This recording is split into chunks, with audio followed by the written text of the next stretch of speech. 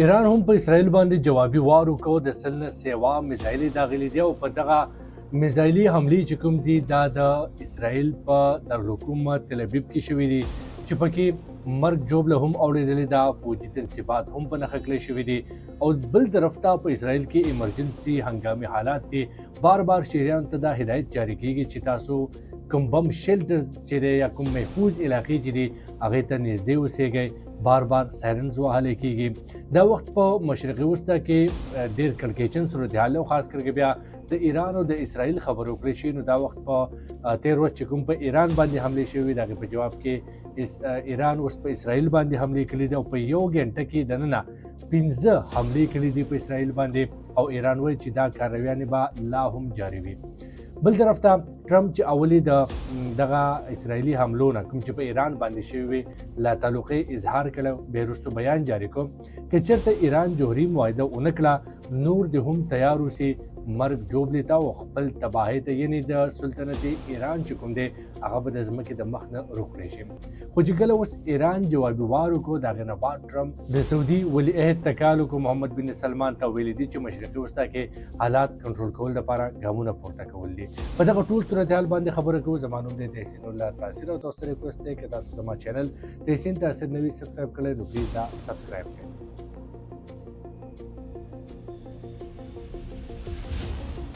د اسرائیلي حملې په جواب کې ایران هم په اسرائیل باندې جوابي وار کړی دی او د شپې تقریبا د سل نه سیوا بیلسټیک میزایلې په اسرائیل باندې داغلي دي په دې کې ځینې میزایلې اسرائیلي ایر ډیفنس سیستم په هوا کې ناکاره کړي دي خو بیا هم یو لوی تعداد داسې دی چې هغه په اسرائیل کې په تل ابیب ښار کې غورځېدلي دي په هغې کې اهم تنصیبات په نښه کړی شوي دي ویلی کېږي چې یو پکې هغه ځای دی چې چېرته فوجي کمانډ موجود او دې نه علاوه عامه آبادي هم په نښه کړی شوې ده تر دې دمه چې کوم اطلاعات دي په هغې کې یو ښځه اسرائیلي ښځه مړه شوې ده زنانه او 40 نه سیوا کسان جوبل شوي دي چې پکې دوه حالت تشویشناک ښودلی کېږي د ایران لخوا دا میزایلي حملې یودم شوي دي په هغه جواب کې کوم چې اسرائیل تېر ورځ په ایران باندې حملې کړې وې په یو ګنټه کې 3 حملې پرله پسې شوي دي او بیا دغه شان درېیم ګنټه کې دغه کارویانې جاري ساتلی شوي دي دا د ایران هغه ریټیلیشن کوم چې اسرائیل په ایران باندې تېر ورځ حملې کړې وې او اهم تنصیبات یې په نښه کړي وو اسرائیلي میډیا دعوه کوي چې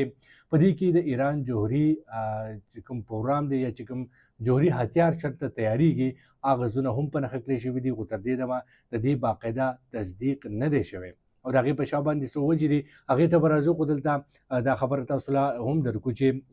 اسرائیل لخوا هم په ایران باندې د حملو سلسله جاري ده او په دواړه ملکونو کې نن د شپې د دماکو اوازونه هم اورلی شوي دي تاسو به په ویډیو کې کتلی شئ چې کوم میزایل د ایران لخوا په اسرائیل باندې داغلی کېږي هغې کې څه په هوا کې ناکاره کړی شي انټرسپټ کړی شي او څه داسې دي چې هغه د اسرائیل په تل ابیب ښار کې وغورځېږي او د هغې سره په اسرائیل کې یو هنګامي صورتحال پیدا شوی دی اسرائیلي حکومت خپل وګړو ته بار بار دا هدایت جاری کوي چې تاسو محفوظ مقاماتو کې اوسئ کوم بم شیلټرز ایریا چې دي د هغه ځای نه لرې مه ځئ ځکه چې ایران چې کوم بلیسټیک میزایل حملې کوي نو هغه مختلف ځایونو په نښه کوي او په هغې کې د که چېرته لاپرواهي وکړی شو او یا د اسرائیل ایر ډیفنس سیسټم چې دی هغه ناکامه شو نو دا غټه تباهي کولی شي بل طرف ته اسرائیل چې کوم اپریشن آغاز کړی رایزنګ لاین د ایران خلاف نو د اسرائیل دا سټیټمنټ و چې دا کارویانې به جاري وي تر هغه وخته پورې تر څو پورې چې ایران نه دا خطره ختمه شوې نه وي چې ایران اسرائیل دپاره یو غټه خطره ده اسرائیل دغه حملو ته پریمیټیو اټیکس نوم ورکړی دی یعنې د خپل ډیفنس دپاره چې دشمن نه خطره محسوس کړې ده او د دې نه مخکې چې دشمن په اسرائیل باندې حمله وکړي نو اسرائیل د مخکې نه په ایران باندې حملې وکړي بیا د دې نه بعد دا توقع کېده چې ایران به اسرائیل خلاف کارروي کوي خو هغه به داسې چې که چېرته ایران وړه کارروي کوي لکه دا اوس چې څنګه شوې ده د دې جواب کې به اسرائیل کوي بیا به ایران کوي بیا به اسرائیل کوي خو بیا ایران دومره د دې جوګه نه دی چې دغه کارویانې جاري وساتي د 4-5 حملو نه بعد او اسرائیل ته به چونکې ظاهره خبره ده چې بیا بردرۍ ترلاسه شي خو د ایران متعلق دا ویل کېدل چې ایران کله هم کاروي کوي نو هغه به په غټ سکیل باندې کوي او هغه به دومره غټه کاروي کوي او په زرګونو کې به میزایلې د هغې چې د هغې سره به اسرائیلي ایر ډیفنس هم ختم شي او ورسره اسرائیل ته به په دومره غټه پیمانه نقصان ورسیږي چې نه صرف به اسرائیل د ایران خلاف کارویانې بندې کړي بلکې تر یو وخته پورې به اسرائیل دومره کمزوری شي چې هغه به دغه چې کوم مشرقي وسطه کې کوم اور بل کړی دی کوم امن و امان چې تباه کړی دی دغه کارویانې به هم بندې کړي خو چونکې هغه شانتې ونه شوه ایران حکومت لخوا په کاروي شوه 107 میزایل دي وداغلی شوي په اسرائیل باندې خو دا لارج سکیل کاروي یا لارج سکیل جواب موږ دې ته نشو ویلی بیا که موږ د تېر ورځ په ایران باندې چې کوم اسرائیلي حملې شوي وي د هغې لږ شانتې انالیسیس وکړو نو په هغې کې د ایران یو خو دا نقصان وشو چې اهم تنصیبات په نښه کړی شو ټولې دنیا دا خبره کوله یو ورځ مخکې سی ان ان دا بیان جاری کړی چې اسرائیل څه وخت هم په ایران باندې حمله کولی شي بیا په مشرقي وسطه کې چې کوم د امریکې سفارتي عمله د مختلف ملکونو کې نو امریکې هغه هم واپس راغوښتل یعنې ایران ته دا د مخکې نه پته هم لګېدلې وه او بل ایران له هم دا پکار و چې انټلیجنس معلومات ورسره وی خو په دې کې ایران ناکامه شو چې اسرائیلي حمله یې ودرولې وې دویم نقصان ایران دا کړلی چې کوم فوجي قیادت و که د پاسداران انقلاب کمانډر ان چیف شو د ایران آرمی چیف شو یا چې کوم سنټرل کمانډ اتارټي مشر چې کوم هغه پکې هم شهید شو ورسره دوه مهمه او تقریبا ټول شپږ سرزداران چې دي هغه په دې کې ووژلی شو نو دا د ایران دپاره یو ډېر غټ نقصان و بل ایران دپاره غټ نقصان دا هم دی چې د اسرائیلي حملو نه دا پته لګي چې په ایران کې او پاسداران انقلاب کې داسې کسان دي چې هغه اسرائیل لپاره جاسوسي کوي او دغه خلکو نیولو کې ایران تر دې وخته پورې ناکامه دی بیا چې کوم کارویانې شي دغه دومره پریسایز اټیکس دي چې کوم بلډینګونه که تاسو کتلي وي نو دا هغه بلډینګونه دي چې چېرته دغه فوجي مشران پاتې کېدل یا نور مهم شخصیات پاتې کېدل او چې کوم ځای کې جوهري هتیار تیارېدل هغه ځونه په نښه کړی شوي دي نو کوم ځای کې میزایلې تیارېدې کوم فیکټریانې چې د میزایل دي اسرائیل میډیا دا دعوه کوي چې هغه هم په نښه کړی شوي دي خو په دې کې لږ شانتې دا ویلی کېږي که چېرته جوهري هتیار چېرته پراته وي چېرته یورینیم سنټریفیګیشن کېږي که دغه زونه اسرائیل په نښه کړی وي نو چونکې چېرته چې دغه مواد پراته وي کوم چې اټمي بم کې استعمالیږي